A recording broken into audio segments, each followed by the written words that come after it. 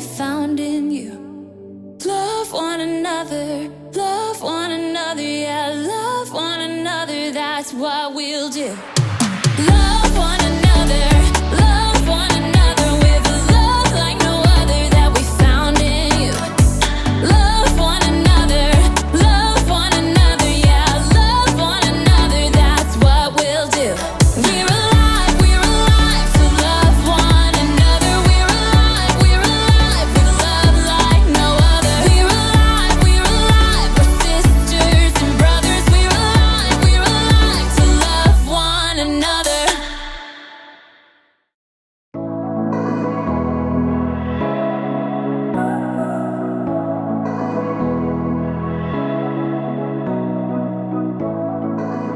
What's up, everybody? Erica here, and I am so happy to have you on my block. As you can see, we've got a whole community of people living right here, working together to help each other and show compassion.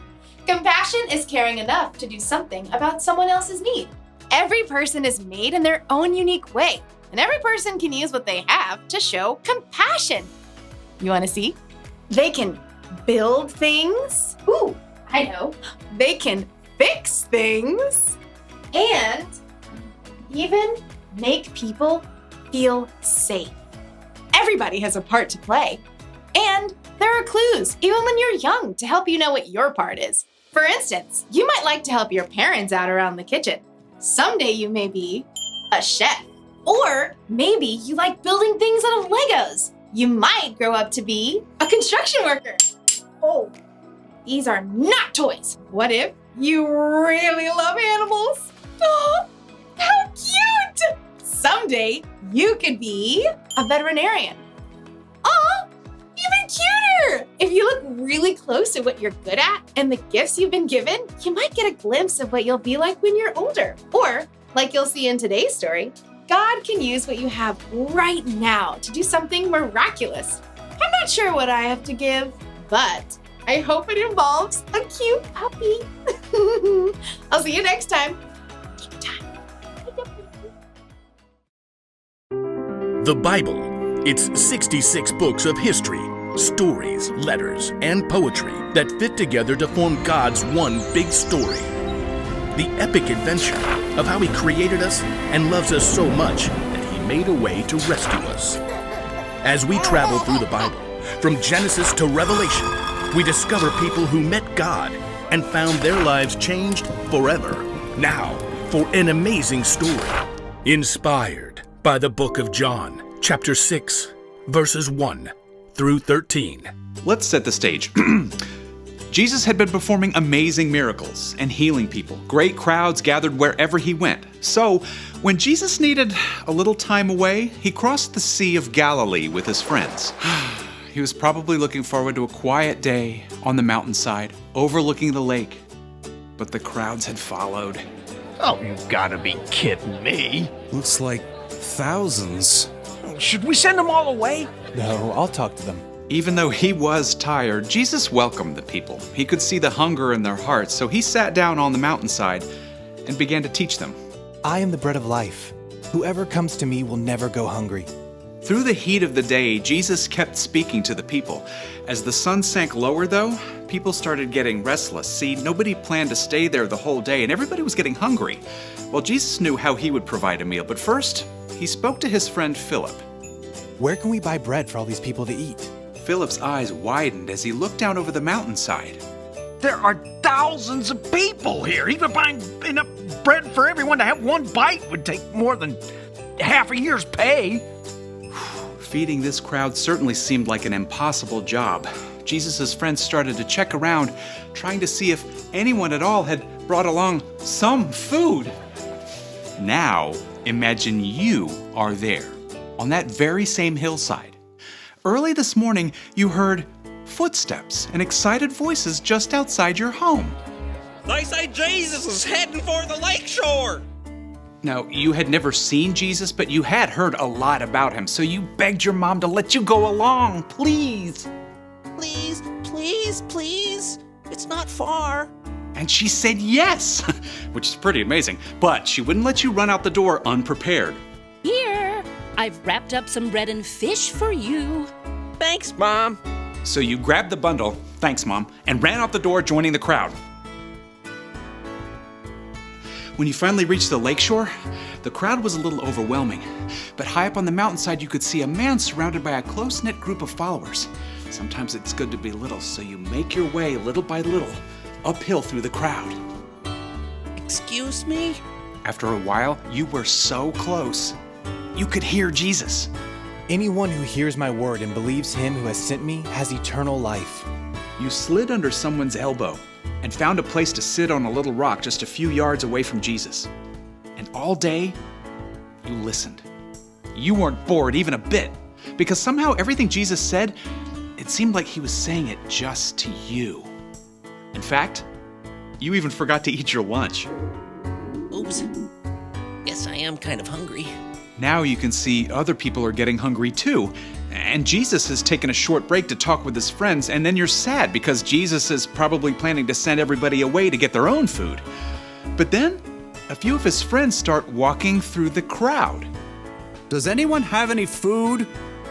Nothing here, I'm sorry. Oh, you really want your bread and fish at this point, but as tired and hungry as you are, you know Jesus has been working hard all day. So, you clear your throat, and then you say, I do. Great. What do you got? 5 little loaves and 2 fish. Not much.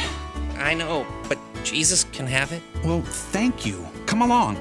You follow Jesus' friend Andrew right up to Jesus.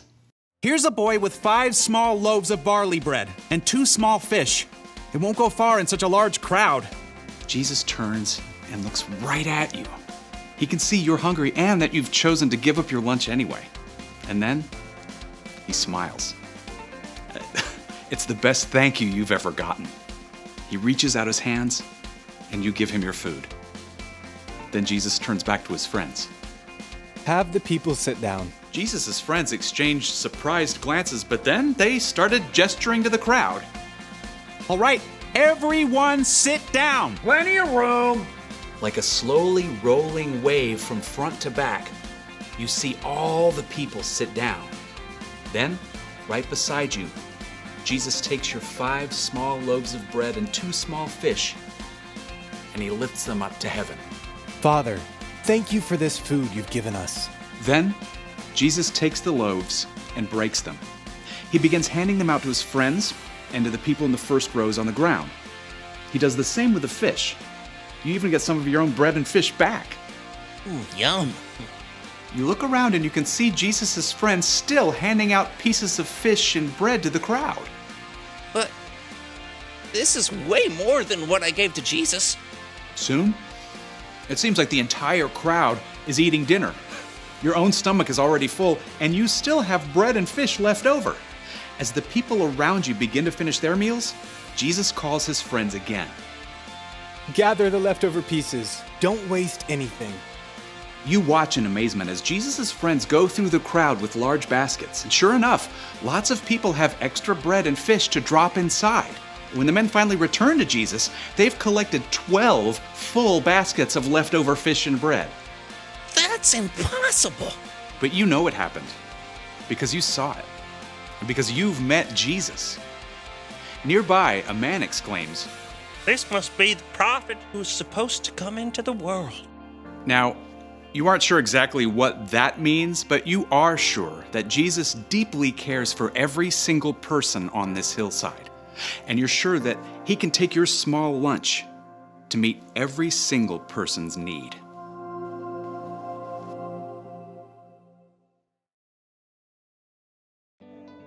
When the boy showed up to see Jesus on a mountainside with a crowd of over 5,000 people, it probably never crossed his mind that he could be part of a miracle.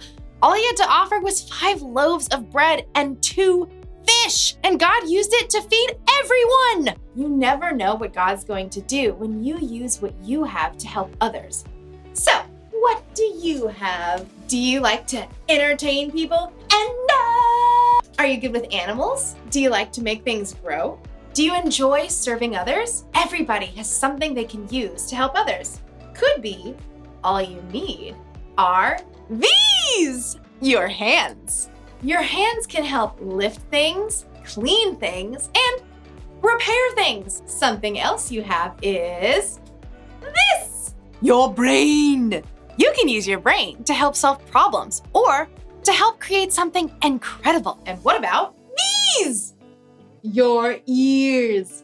Sometimes to help others, all you need to do is listen. And then these, your elbows. I'm not really sure what you can use your elbows for. Oh, I got it. You can use your elbows to help a small child find their parents in a crowd. Excuse me. Nailed it. The one thing to remember today is this. Use what you have to help others. You don't have to wait until you're older.